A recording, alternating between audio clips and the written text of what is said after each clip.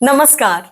मैं रुचि देव। चलिए सुनते हैं आज की ये कहानी। एक गांव में पिछले 4 साल से जरा भी बारिश नहीं हुई। गांव में सूखा पड़ गया। गांव के सभी लोग बहुत ही ज्यादा दुखी और परेशान थे।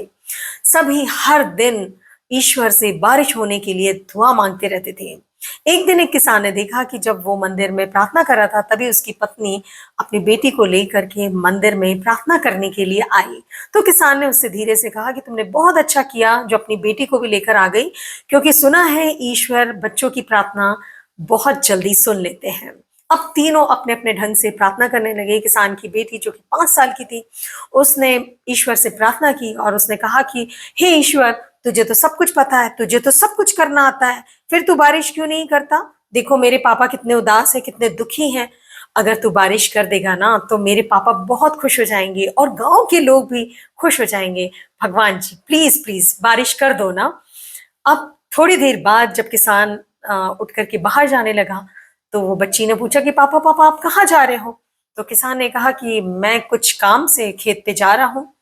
तो बच्ची ने कहा कि क्या पापा आज मैं भी आपके साथ चल सकती हूँ? किसान ने कहा बिल्कुल।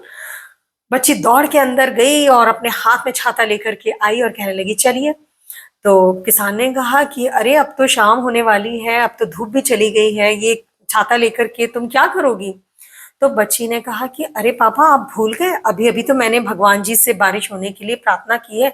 अब अगर मैं छाता भी लेकर नहीं जाऊंगी तो हम लोग भीग नहीं जाएंगे। किसान अपनी कभी भोली सी बेटी की तरफ देखता तो कभी आसमान की तरफ देखता। वो समझ चुका था कि प्रार्थना एक अलग बात है, लेकिन विश्वास के साथ प्रार्थना एक दूसरी बात है। तो सच है दोस्तों, ईश्वर हर किसी की प्रार्थना सुनता है, लेकिन कबूल सिर्फ वही होती है जिस प्रार्थना में अटूट विश्वास होता है। तो चलिए दोस्तों, अगले सोमवार हम फिर सुनते हैं और सीखते हैं एक नई कहानी से मेरे चैनल ब्लू विथ रुचि देव पर शाम 5 बजे। तब तक के लिए आप अपना ध्यान रखिए, अपने परिवार का ध्यान रखिए। और हाँ दोस्तों, दूसरों के जीवन में दिया जलाना कभी ना भूलें, क्योंकि जो लोग दूसरों के जीवन में उजाला करते हैं उनका जीवन खुद ब खुद रोशनी से जगमगा उठता है। नमस्कार, धन्यवाद।